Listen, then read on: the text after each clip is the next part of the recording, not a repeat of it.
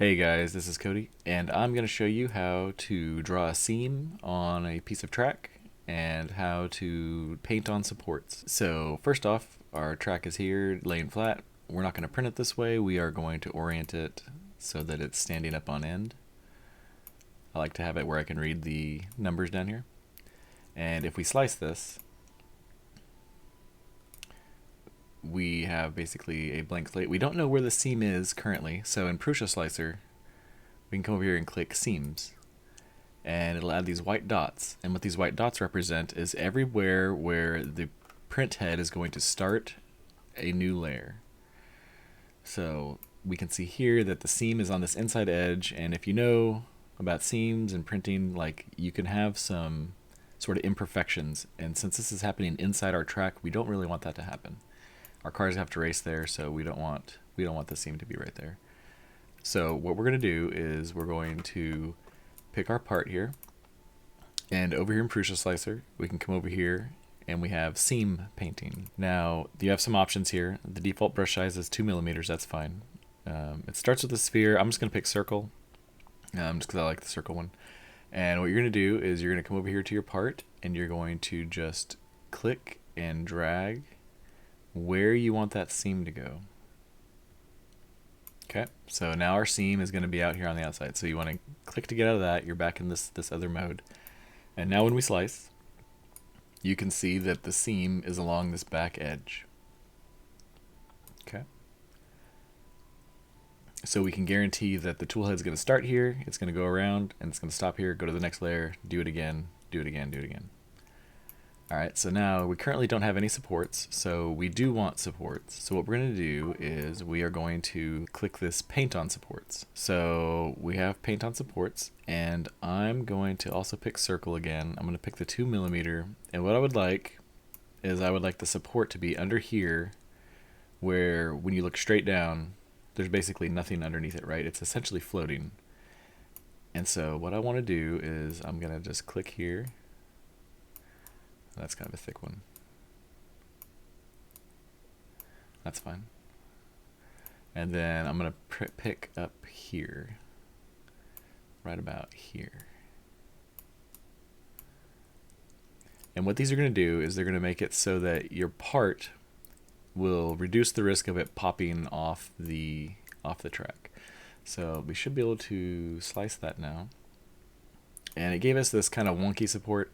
I would like it to be 2 pillars of supports. So what we can do is we can go into our print settings, and we can go to support material, and we can tell the slicer that we don't want it to branch at that high of an angle. So I'm going to set this to 15%,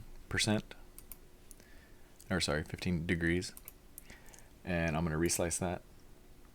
Okay, so now the slicer has created these 2 trees, and these will sort of help brace our part.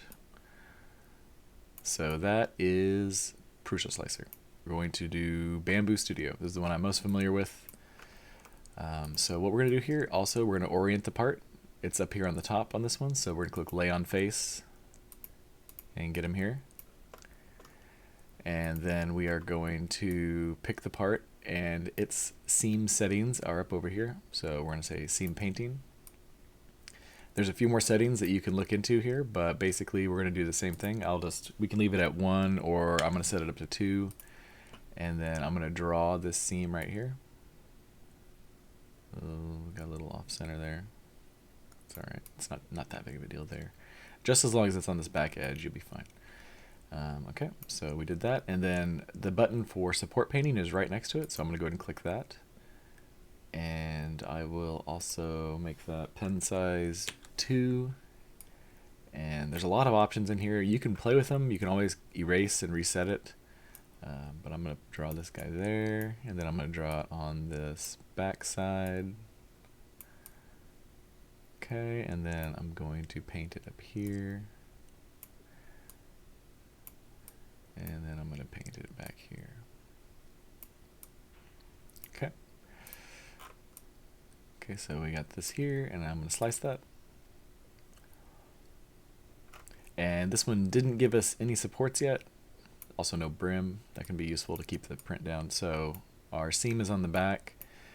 for supports in Bambu Studio, we're going to go over here to support and we're going to click enable. Then we have some options.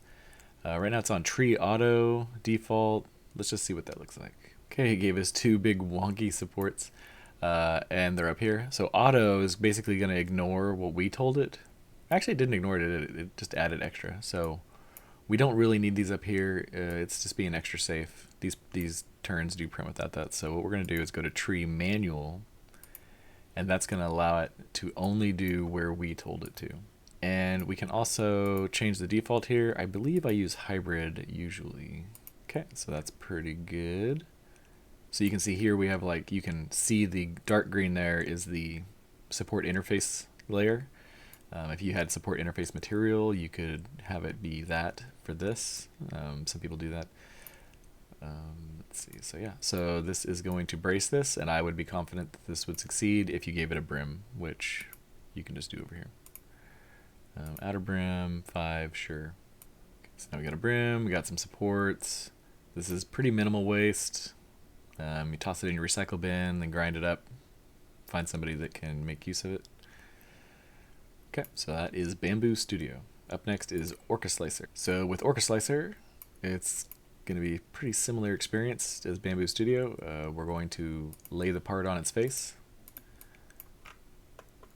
and we are going to pick the part, and we're going to come up here to seam painting. Similar thing. I'll go ahead and go up to 2 just to paint it easier. I'm going to draw it down here. And then we're going to go over to support painting. Go back to 2 on that. And you can see it's a nice green there. Nice green there. Go on this other side a little bit higher, just to give it a little more support up here. And really, it's not because these are going to fall over, it's really because the tool head can potentially pop the print off just from the natural forces that you build up while you're printing this thing. Like when that print head's moving back and forth, there's force coming down, and it creates a lever action on the bottom. And eventually, it happens, you'll get it, it'll start to lift up and start to lift up. That's why the brim's important. And it'll pop the part off, and then you just wasted time, but you gained recycled material. Again, it did not give us any of our supports, so we're going to go to support. This is very much like Bambu Studio. Enable. We will go to tree manual. And how about we do, let's see what organic looks like. It split it apart again, so let's go down here. I think it's down at the bottom. Tree support angle, and we're going to make this into back down to 15, just so the tree branches don't try to do everything with one big branch. Oh, it's still doing it. 15, preferred angle, let's just keep these low. We just want them straight up and down. Alright, well, organic really wants those to be together. Let's try slim. There we go, slim gave us what we wanted. Alright, and so that was Orca Slicer. So this was adding the seam and painting on supports for the track pieces. Thanks for watching.